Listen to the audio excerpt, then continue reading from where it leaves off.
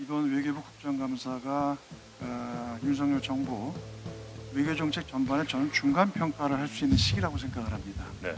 저는 어떻게 평가하냐면, 이 윤석열 정부의 외교 어떻게 규정할까? 저는 개인적으로 낙제점을 주고 싶습니다. 그거는 대일 외교입니다. 일본에 대해서는 유독 저자세이자 아주 한대한 외교를 하고 있어요. 현재 윤석열 정부의 외교가 낙제점입니까? 그렇게 생각 안 합니다. 우리 현 정부의 외교, 대일 외교가 저자세 굴욕 외교입니까? 그렇게 생각 안 합니다. 한일 관계가 사실상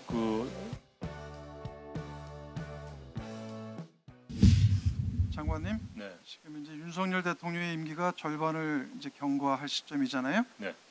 반환점을 도는 시점에서 이번 외교부 국정감사가 윤석열 정부 외교정책 전반에 저는 중간 평가를 할 수 있는 시기라고 생각을 합니다. 네.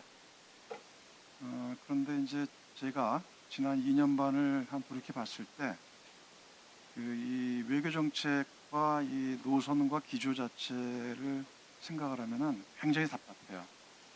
저는 개인적으로 낙제점을 주고 싶습니다. 자, 이게 장관님께서도 역대 정말 외교통으로서 오래 정부 일을 하셨잖아요. 네. 제가 접했던 걸로는 지금까지 대한민국에서 진보 정권이든 보수 정권이든 모두 한결같이 기본적으로 지킨 선이 있었어요. 네. 그건 뭐냐면, 일단 중요한 거는 평화와 안정이 중요합니다. 한반도 평화와 안정을 전제로 하고, 또한 두 번째는 한미 동맹을 기반으로 했어요. 네.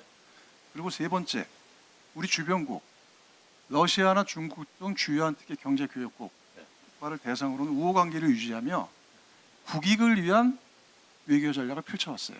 제 말이 맞죠? 네. 지금도 그렇게 하고 있습니다. 국익을 빼놓고 무슨 외교를 하겠습니까? 장관님, 근데 저는 어떻게 평가하냐면, 이 윤석열 정부의 외교 어떻게 규정할까? 가치 외교 얘기를 합니다. 가치 외교. 그리고 가치 외교라는 말이 제가 좀 더 네. 말씀드려볼게요.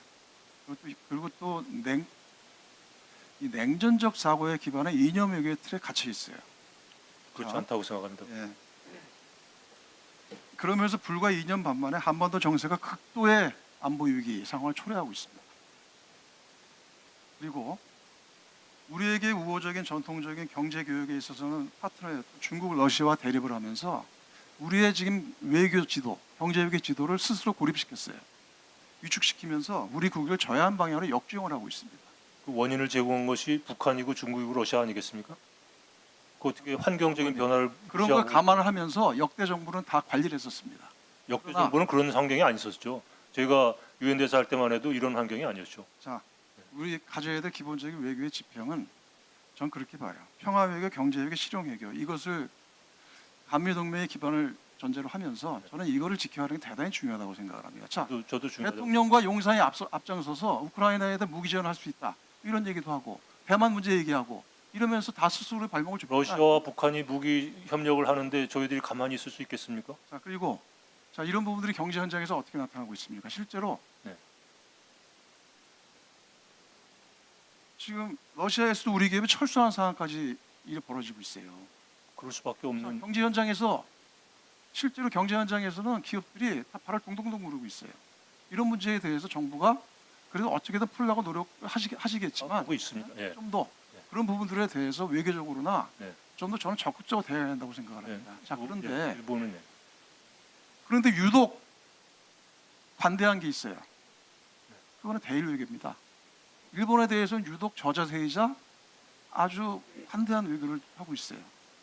심지어는 용산 안보실의 고위 관계자가 중요한 것은 일본의 마음이라고 아까 그런 얘기가 나왔지만 진짜 일본의 마음을 살려고 엄청 노력하는 것 같아요. 중요한 것은 우리 국민의 마음이 아니라 일본의 마음을 살려고 엄청 노력하는 것 같아요. 장관님, 우리 현재 윤석열 정부의 외교가 낙제점입니까? 그렇게 생각 안 합니다. 우리 현 정부의 외교, 대일 외교가 저자세 굴욕 외교입니까?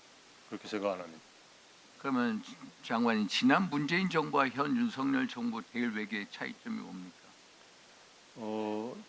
한일 관계가 사실상 그 가장 악화된 셨던 시기가 저는 문재인 정부 시기라고 생각하고 그것을 복원시키기 위한 노력이 이 정부 속에서 이루어졌다고 생각합니다. 지난 2018년 10월 한국 대법원의 일제 강제징용 손해배상 판결 이후에 한일 관계는 완전히 파탄이었죠. 네. 네? 일본 정부가 계속 문재인 정부한테 이 정치적 외교 협의하자 안 했습니다. 중재위원회 안 했습니다. 그리고 아베 정부가 뭐 했습니까? 수출 규제했죠. 지소미아 또 그렇게 파탄났죠. 결국 한일 관계 낙지점은 문재인 정부 아닙니까? 한일 관계 관련은 저는 지금 정부가 더 많이 훨씬. 했다고 봅니다. 그러니까요. 상대적으로 한번 말씀드립니다. 그럼 한중 관계 한번 보십시오. 한중 관계. 현 정부하고 문재인 정부 한번 비교해. 어디가 낙지점입니까?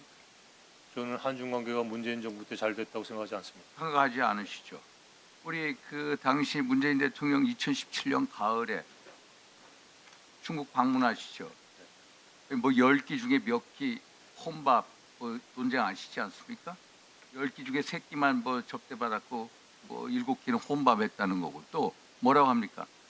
중국에 대해서 높은 뭐 산이다, 뭐 우리는 작은 봉우리다, 뭐 이렇게 하지 않았습니까? 또 그 당시에 또 한국에 돌아와서 강경원 외교부 장관, 당시에 제가 기억하기로는 이제 그 이명석 전 국회의장님하고 서로 일종의 짜고 치는 문답을 하시더라고. 짜고 치는 문답의 내용이 뭔지 아시죠? 삼불 정책입니다. 삼불.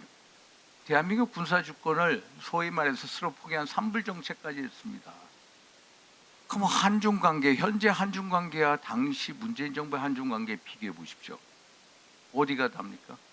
그쪽에 우리가 잘못한 거 아닙니까? 한러 관계 한번 보시죠. 한러 관계. 한러 관계. 제가 기억하기에 2019년 여름인가요? 러시아 군용기가 독도를 영공을 침범했습니다.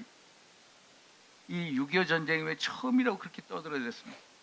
제대로 항의조차 못했어요. 7분인가 그 침범했는데 문재인 정부 제대로 항의조차 못했어요. 안 그렇습니까? 알고 계시죠? 네. 미국 관계는 어떻습니까? 한미 관계 한번 비교해 주십시오. 현 정부하고 문재인 정부 한미 관계 한번 비교해 주십시오. 어떻습니까? 그때는 남북 교류 협력과 한미 동맹과의 그 조화를 이루는 과정에서 여러 가지 마찰과 균열이 있었던 걸로 알고 있습니다. 아니 예를 들어서 한반도 완전한 비핵화 한다고 하는데 문재인 대통령 제가 기억하기로는 2019년도인가 유럽을 방문하면서 불란서에 가가지고 뭐라고 합니까? 이 불란서 대통령한테 뭐라고 합니까? 대북 제재 해제하자고 그러지 않습니까? 거기서 된소리 맞고 오지 않습니까? 미국하고는 같이 대북 제재 하자고 해놓고 또 유럽에 가서는 대북 제재 해제하자고 그래요. 한미 관계 제대로 돌아갔습니까? 한미 관계 안 돌아갔습니다. 한미 관계. 북한하고 관계 한번 보십시오. 북한하고 관계. 2018년 4월 27일 한반도 뭐 무슨 자유평화 번영이면 무슨 뭐 선언하지 않습니까? 판문점 선언? 한반도에 완전한 비핵화 한다고 했습니다. 그것도 존 볼턴의 회고록에 보면 나오지 않습니까? 1년 내 문재인 대통령이 판문점에서 1년 내에 완전한 비핵화 하자고 했다. 그 얘기 우리 국민들한테 안 알려주고 미국 트럼프한테 볼턴한테는 가르쳐줬죠. 1년 내에 완전한 비핵화 했습니까? 완전한 북한을 핵무장 국가로 만든 정부입니다. 안 그렇습니까? 저는 어떤 때는 이런 생각을 해요. 김정은의 비핵화 의지가 명확하다. 다 얘기합니다. 그 당시에 강경화 장관, 김현철 장관 다 위에서 얘기하면 한 사람도 변함없이 밑에 있는 관료들이 그렇게. 저는요 이런 생각도 해요. 완전한 비핵화 그걸 어떻게 믿어줍니까? 일부러 믿어주는 척 한 거예요. 믿어주는 척. 지난 문재인 정부는 김정은하고 같이 완전한 비핵화를 믿어주는 척했어요. 근데 어떻게 남북관계가 제대로 돌아갑니까? 안 그렇습니까? 결국 그로스가 뭐라고 합니까? 완전한 핵 무장 국가가 됐다고. 안 그렇습니까?